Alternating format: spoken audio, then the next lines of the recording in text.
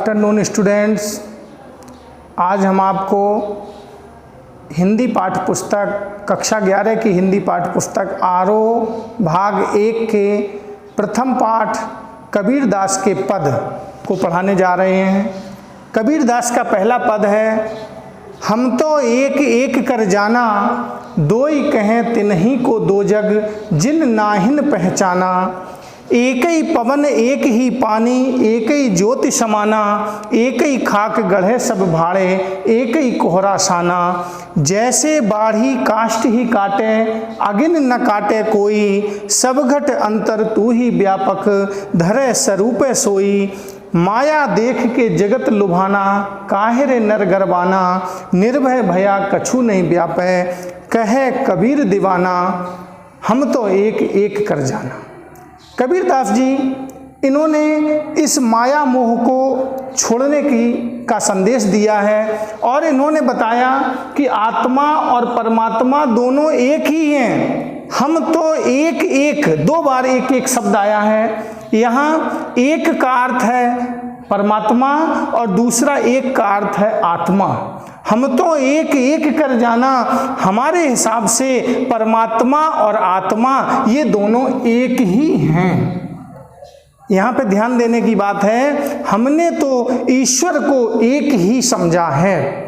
एक ही ईश्वर है, ईश्वर का जो अंश है वो भी एक ही है। और दो ही कहें तिन्ही को दो जग, दो जग माने होता है नरक। जो व्यक्ति कहते हैं कि आत्मा और परमात्मा ये दो वस्तुएं हैं, दो अलग अलग हैं, तो को दो जग, उन्हें नरक में जाना पड़ता है, नरक भोगना पड़ता है। जिन नाहिन पहचाना, जिन्होंने ईश्वर को नाहिन पहचाना अर्थात सच्चे रूप में नहीं पहचाना है, वो लोग ईश्वर को दो बताते हैं कि आत्मा अलग है और परमात्मा अलग है।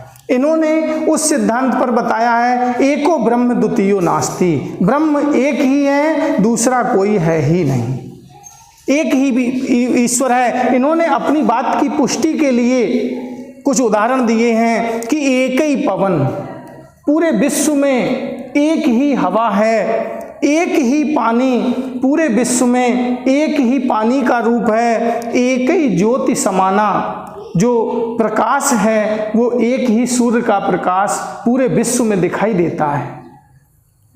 एक ही खाक गढ़े सब भाड़े, खाक माने मिट्टी, एक ही मिट्टी से गढ़े माने बनाए जाते हैं, सब सभी भाड़े माने बर्तन, एक ही मिट्टी से सभी बर्तन बने हैं। एक ही कोहरा साना, कोहरा का अर्थ है कुम्हार, कुंभकार जो बर्तन बनाने वाला है। एक ही कुम्हार ने इन सभी बर्तनों को, इन सभी पात्रों को बनाया है। यहाँ पात्रों का अर्थ इंसान के शरीर से है और कुम्हार का अर्थ ब्रह्मा से है। इस सृष्टि के प्रत्येक जीव को ब्रह्मा रूपी कुम्हार ने प्रत्येक पात्र रूपी जीव को एक ही मिट्टी का अर्थ यहाँ पंच तत्व से है, एक ही पंच तत्वों से सभी व्यक्तियों को एक ही ब्रह्मा रूपी कुम्हार ने बनाया है। जैसे बाढ़ी काष्ठ ही काटे, यहाँ बाढ़ी का अर्थ है बढ़ई। जिस तरह से बढ़ई लकड़ी को काट सकता है, अग्नि न काटे कोई, यहाँ अग्नि का अर्थ है एक समी नाम का वृक्ष होता है, उसके अंदर अग्नि का समाई होती है। जिस तरह से हमारा शरीर है, शरीर को अगर हम तलवार से काटते हैं तो ये आत्मा नहीं कटेगी बल्कि शरीर के टुकड़े हो जाते हैं।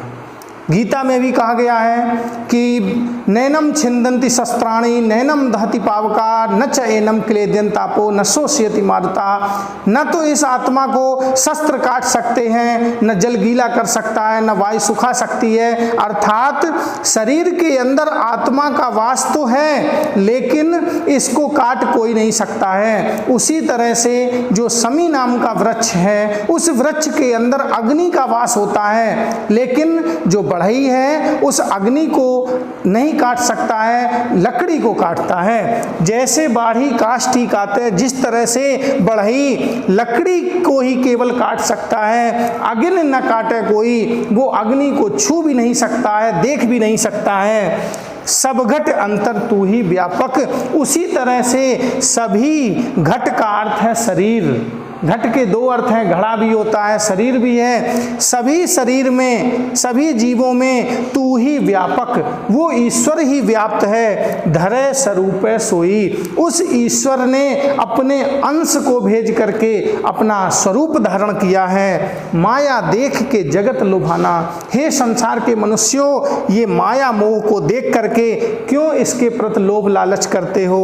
काहे रे नर गर्वाना, हे मनुष्य तू किस बात का घमंड करता है, किस बात का गर्व करता है। निर्भय भया कछु नहीं व्यापै, तुम जिस मृत्यु से डरते हो वो मृत्यु अटल है, आप निर्भय हो जाइए, मृत्यु के डर को त्याग दीजिए, आपको माया मोह नहीं व्याप्त होगी। कहें कबीर दीवाना, कबीर दास जी कहते हैं हम तो ईश्वर के प्रेम में दीवाने हो गए हैं, हमको माया मोह नहीं सता रही है। आशा करते हैं आपको हमारा ये व्याख्या हमारी समझ में आई होगी। धन्यवाद।